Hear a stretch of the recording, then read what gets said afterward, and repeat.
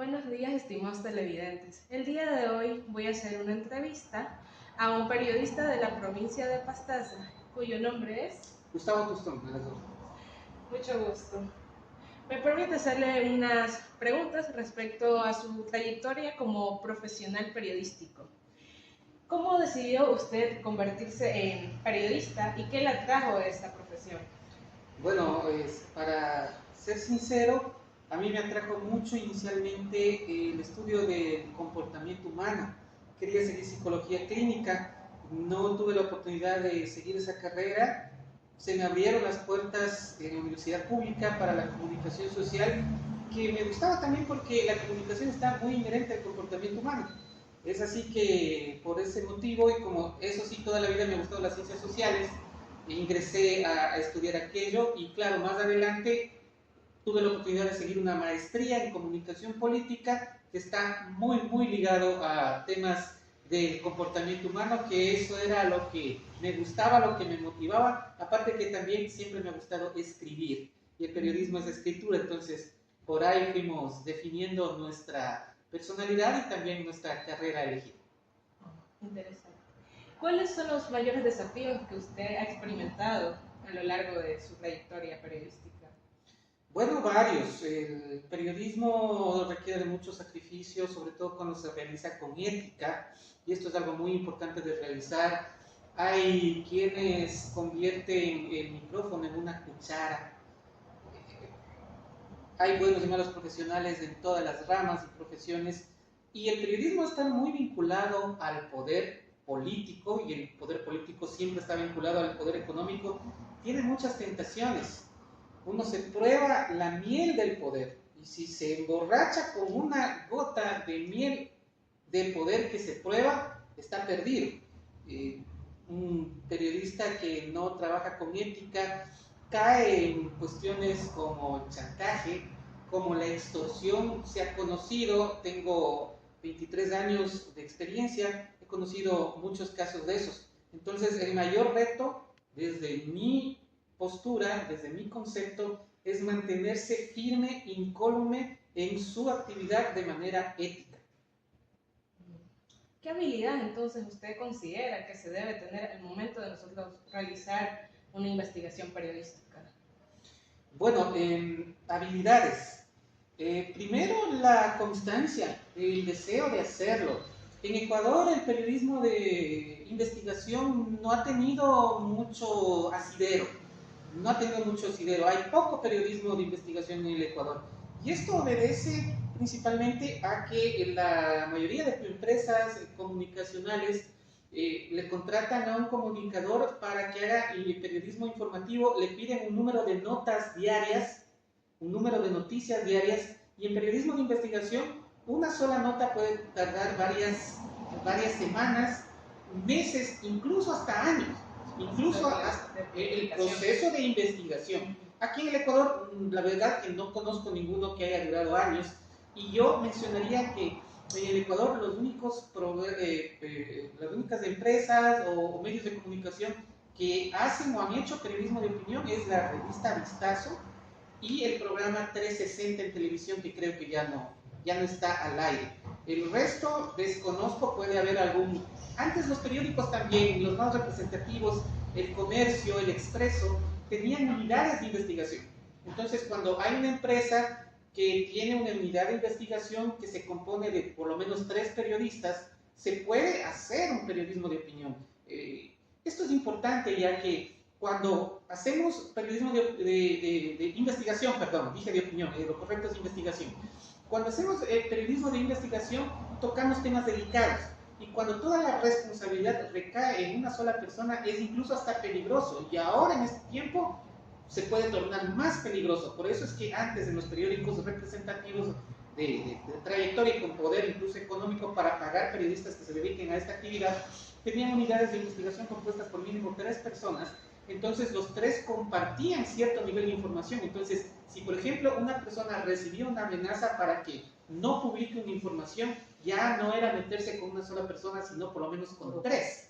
Entonces, eso es lo que le puedo manifestar respecto al periodismo de investigación. Es bastante difícil ejercerlo, y sobre todo la condición es tener el deseo de poder cumplirlo para llevar a efecto, porque realmente es complicado, tiene muchos retos. ¿Tiene usted alguna experiencia memorable o desafiante que le haya ocurrido dentro de su profesión? Sí, varias, la verdad. En estos momentos tendría que hacer memoria, pero sobre todo sería cuando uno se tiene la oportunidad de estar junto a grandes personajes. Puede ser en el ámbito político, he estado en varias coberturas a nivel de la presidencia de la República. Algo que le puedo decir que ahorita se me viene a la memoria como que estuve presente en algo que es histórico. Sí, me parece que es histórico, importante. Fue cuando inauguraron los túneles de acceso desde Baños a Puyo. Antes, para trasladarnos desde la Sierra Central a la ciudad de Puyo, había un solo túnel nomás. Ahora son 7 túneles. Entonces, la inauguración de varios de esos túneles fue en el año 2002, 2004, por ahí. Habría que ratificar las fechas, pero está en ese rango. Sí, 2002 debe haber sido porque fue en la presidencia de Lucio Gutiérrez. Entonces fue un acontecimiento bastante grande. Yo creo que esa fue una de las principales obras de ese gobernante, y tuve la grata oportunidad de haber sido invitado como representante de Radio Ambato en ese entonces. Yo era reportero de noticias por esa estación radial. Nos dieron las facilidades, nos dieron el transporte, y tuve el gusto de ser de las primeras personas que tras la inauguración cruzó los túneles caminando. Entonces eso es una experiencia memorable que le puedo contar. Claro. ¿Qué aborda la cobertura de temas controversiales? O sea, ¿cómo usted lo ha ido abordando al tratar temas controversiales en la noticia? ¿Cómo hace usted para no causar un efecto secundario tal vez en la audiencia que tenemos como tal? Bueno, primero, estar bien informado. Estar bien informado, estar documentado en lo que va a decir, preparar la entrevista, si el género es la entrevista lo que va a abordarlo, preparar la entrevista con la mayor antelación posible. De 3 a 7 horas sería lo recomendable para poder tener un condumio de lo que puede, porque la otra persona que le va a entrevistar, si es un tema delicado, por lo general va a reaccionar, va a intentar defenderse, y a algunos incluso le va a querer desprestigiar, le va a querer desacreditar, le va a querer atacar. Entonces uno tiene que estar bien informado, fundamentado, nunca perder el respeto, y nunca perder la cordura, ni perder los estribos. La persona que se enoja durante una entrevista es la que pierde. Eso le puedo dar como un consejo clave. Entonces, cuando un periodista está bien formado, está tranquilo, tiene que estar tranquilo porque no se trata de una cuestión personal, sino buscando la información, pues no tiene también por qué enojarse. Y más bien es el entrevistado lo que en mayores oportunidades se ha visto que se enoja, y la ciudadanía está observando todo. Entonces, no queremos, hay que tener también esa buena voluntad de no tener la pretensión de hacerle quedar mal al invitado, sino la búsqueda de la verdad. Ese debe ser el objetivo. Y para aquello, lo cortés no quita lo valiente.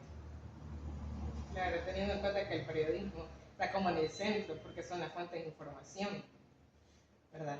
Bueno, el periodismo es un género que viene a constituirse en un puente entre la autoridad que tiene la información y la ciudadanía a quien le servimos con la información. Sí, esa es mi definición.